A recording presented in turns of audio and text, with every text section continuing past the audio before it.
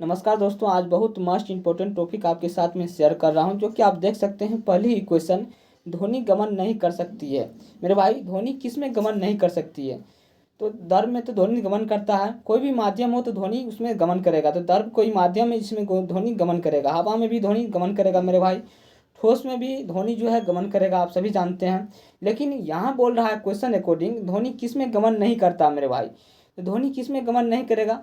आप सभी जानते हैं, निवात एक ऐसा जिसमें जो माध्यम नहीं है, जिसमें धोनी गमन नहीं करता है। निवात में धोनी गमन नहीं करता है। वही क्वेश्चन भी कहता है किसमें धोनी गमन नहीं करता है, तो निवात में धोनी कभी गमन नहीं करेगा।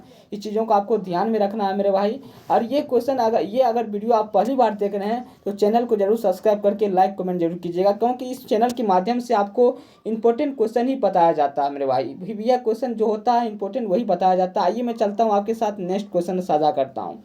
नेक्स्ट क्वेश्चन है दिया हुआ मेरे भाई। ये भी क्वेश्चन बहुत इंपॉर्टेंट और ज़बरदस्त क्वेश्चन है, आप देख सकते हैं मेरे भाई। ये क्वेश्चन दिया हुआ है कि निम्नलिखित में से कौन सा असत्य है? ध्वनि तरंगे डैश तरंगे हैं, यानी कि ध्वनि तरंगे जो होता है मेरे भाई, ये डैश तरंग के श्रेणी में आता है। तो दाब दिया हुआ पहली ऑप्शन जो कि गलत हो जाएगा, आप सभी जानते हैं। और उसके बाद बी नंबर ऑप्शन दिया हुआ अनुदैर्ध्य तरंग, ये भी गलत हो जाएगा। ध्वनि तरंग की मैं बात करूँ तो ये ध्वनि तरंग जो है मेरे भाई, ये विद्युत चुम्बकीय तरंग के अंतर्गत श्रेणी में आते हैं। इस चीज़ों को आपको ध्यान में रखना होगा, जो कि सी नंबर ऑप्शन सही हो जाएगा, ठीक है ना। ये भी गलत हो जाएगा। आइए मैं चलता हूँ आपके साथ, अगली क्वेश्चन साझा करता हूँ। ये भी क्वेश्चन बहुत इंपॉर्टेंट है, सिर्फ आप वीडियो में बने रहिए। चलिए मेरे भाई, चलता हूँ आपके साथ, अगली क्वेश्चन साझा करता हूँ। ये क्वेश्चन बहुत इंपॉर्टेंट और बहुत इंपॉर्टेंट क्वेश्चन है, जो आप देख सकते हैं। आरआरबी ग्रुप डी में पूछा गया, 2018 में ये क्वेश्चन पूछा गया मेरे भाई। ये क्वेश्चन का कहना है कि निम्नलिखित में से कौन सा ध्वनि तरंग की विशेषता नहीं है, यानी इनमें से कौन सा ध्वनि तरंग की विशेषता नहीं है मेरे भाई। तो मैं बात करूं तो आयाम जो है मेरे भाई ध्वनि तरंग की विशेषता है। गति भी ध्वनि तरंग की विशेषता है। समय अवधि और आवृत्ति ये भी ध्वनि तरंग की विशेषता है मेरे भाई। लेकिन एक घनत्व ऐसा ऐसा ऑप्शन है जो कि ध्वनि तरंग की विशेषता नहीं है मेरे भाई। ध्वनि तरंग की विशेषता घनत्व नहीं है। इस चीज़ों को आपको ध्यान में रखना है। घनत्व जो है ध्वनि तरंग की विशेषता नहीं है, लेकिन आयाम भी है, गति भी है और समय भी है। तो यही आंसर हो जाएगा, डी नंबर आंसर आपको ध्यान में रखना है। आइए मैं चलता हूँ आपके साथ, अगली क्वेश्चन साझा करता हूँ। ये भी क्वेश्चन बहुत इंपॉर्टेंट और ज़बरदस्त क्वेश्चन है मेरे भाई। ध्वनि तरंगे डैश तरंग होता है, यानी कि ध्वनि तरंग जो होता है ये डैश तरंग के अंतर्गत आता है मेरे भाई। तो मैं बात करूँ ध्वनि तरंग की बात करूँ, ये चुंबकीय तरंग के अंतर्गत है, विद्युत चुम्बकीय तरंग के अंतर्गत है। गलत है मेरे भाई। सुपर, ये भी गलत हो जाएगा। अनुप्रस्थ और ट्रांसवर्स तरंग के अंतर्गत आता है, ये भी गलत हो जाएगा। मैं बात करूँ तो इसके आंसर की मैं बात करूँ तो यांत्रिक तरंग के अंतर्गत आता है ध्वनि तरंग। इस चीज़ों को आपको ध्यान में रखना है। आइए मैं चलता हूँ आपके साथ, अगली क्वेश्चन साझा करता हूँ। ये भी क्वेश्चन आप देख सकते हैं, बहुत इंपॉर्टेंट क्वेश्चन है मेरे भाई। आरआरबी जेईई में ये क्वेश्चन पूछा गया है। ध्वनि तरंगे का आयाम किस पर निर्भर करता है मेरे भाई? ध्वनि तरंग का यह आयाम होता है, यह किस पर निर्भर करता है? वस्तु के ताप पर निर्भर करता है। गलत है मेरे भाई। वस्तु के ताप पर कभी नहीं ध्वनि तरंग का आयाम निर्भर कर सकता है। वस्तु के सामग्री पर निर्भर करता है, नहीं। वस्तु की सामग्री पर भी ध्वनि तरंग की आयाम नहीं निर्भर करता है। वस्तु की गुणवत्ता, ये भी गलत हो जाएगा। मैं बात करूँ इसके आंसर की बात करूँ तो इसके आंसर हो जाएगा, ध्वनि तरंग जो है वस्तु के कंपन कराने के लिए प्रयुक्त बल पर निर्भर करता है। इस चीज़ों को आपको ध्यान में रखना होगा, यही आंसर सही हो जाएगा। आइए मैं चलता हूँ आपके साथ, इससे भी ज़्यादा इंपॉर्टेंट क्वेश्चन साझा करता हूँ। देख सकते हैं ये क्वेश्चन क्या कहता है।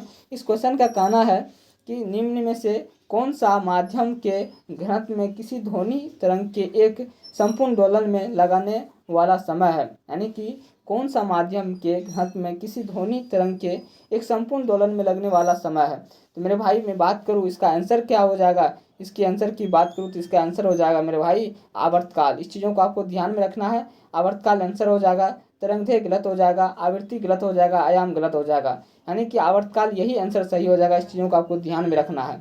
चलिए मैं चलता हूँ आपके साथ, अगली क्वेश्चन साझा करता हूँ, जो कि ये भी क्वेश्चन बहुत इंपॉर्टेंट ज़बरदस्त क्वेश्चन है मेरे भाई। आप देख सकते हैं ये क्वेश्चन का कहना है मेरे भाई कि प्रति सेकंड इकाई क्षेत्र से गुजरने वाली ध्वनि ऊर्जा की मात्रा को क्या कहा जाता है, यानी कि प्रति सेकंड इकाई क्षेत्र से गुजरने वाली ध्वनि ऊर्जा की मात्रा को क्या कहा जाता है। तो मैं बात करूँ इसका आंसर हो जाएगा तीव्रता। तीव्रता इसका आंसर हो जाएगा, जो कि आप देख सकते हैं पहली ऑप्शन में ही दिया हुआ है। इसका आंसर क्या हो जाएगा, तीव्रता हो जाएगा, पिच गलत हो जाएगा, नोट गलत हो जाएगा, संगीत गलत हो जाएगा, यानी तीव्रता इसका आंसर सही हो जाएगा। इस चीज़ों को आपको ध्यान में रखना है।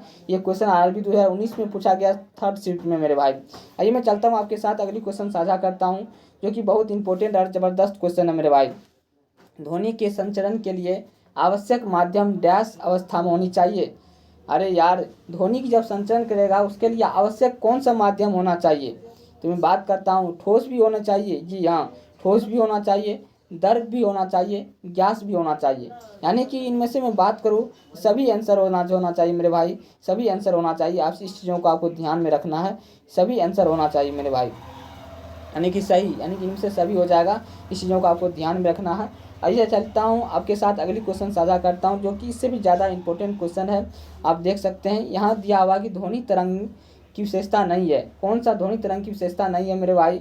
ध्वनि तरंग की विशेषता की बात करूँ तो आयाम भी ध्वनि तरंग की विशेषता हो जाएगा, आवृत्ति जो है ये भी ध्वनि तरंग की विशेषता हो जाएगा, वेग भी ध्वनि तरंग की विशेषता हो जाएगा, हर्ट्ज जो है, हर्ट्ज यानी कि आप देख सकते हैं, हर्ट्ज जो है ये ध्वनि तरंग की विशेषता नहीं है। इस चीज़ों को आपको ध्यान में रखना है, हर्ट्ज ध्वनि तरंग की विशेषता नहीं है। यही आंसर हो जाएगा डी नंबर ऑप्शन मेरे भाई। इस चीज़ों को आपको ध्यान में रखना है। आइए मैं चलता हूँ आपके साथ, अगली क्वेश्चन साझा करता हूँ। इस क्वेश्चन देख सकते हैं आप, कितनी इंपॉर्टेंट और ज़बरदस्त क्वेश्चन है। एक क्वेश्चन का कहना है कि नर्म और छिद्रयुक्त सतहों का उपयोग करके शोर को अवशोषित करने के लिए तकनीक का प्रयोग किया जाता है। यानी कि नर्म और छिद्रयुक्त सतहों का उपयोग करके शोर को अवशोषित करने के लिए तकनीक का प्रयोग किया जाता है। इसका आंसर की बात करूँ तो इसका आंसर हो जाएगा मेरे भाई, इसका आंसर हो जाएगा ध्वनिक सुरक्षा। क्या हो जाएगा? ध्वनिक सुरक्षा हो जाएगा। इस चीज़ों को आपको ध्यान में रखना है, यही आंसर सही हो जाएगा। अपवर्तन ये गलत हो जाएगा, सर्व सुरक्षा ये गलत हो जाएगा, अवशोषण ये गलत हो जाएगा। इसकी आंसर की बात करूँ तो ए नंबर ऑप्शन का, यानी कि क्वेश्चन का आंसर हो जाएगा कि नर्म और छिद्रयुक्त सतहों के उपयोग करके शोर को अवशोषित करने के लिए तकनीक का प्रयोग किया जाता है, ध्वनि सुरक्षा। इस चीज़ों को आपको ध्यान में रखना होगा। दोस्तों, मैं जो भी पढ़ाया हूँ आपको ज़रूर, मैं आशा करूँगा, मैं ज़रूर इस चीज़ों को ज़रूर आशा करूँगा कि आपको ये चीज़ें समझ में आ गया होगा, और समझ में आ गया होगा और एग्ज़ाम में ये क्वेश्चन अब नहीं छूटने वाला है। इसलिए मैं यही आपसे आशा उम्मीदों के साथ अपनी वीडियो को ख़त्म करता हूँ। और चैनल को अगर नहीं सब्सक्राइब किए हैं अभी तक तो चैनल को जरूर सब्सक्राइब कर लीजिएगा, लाइक कीजिएगा, कमेंट कीजिएगा। यहीं पर अपनी वाणी को मैं विराम करता हूँ। जय हिंद।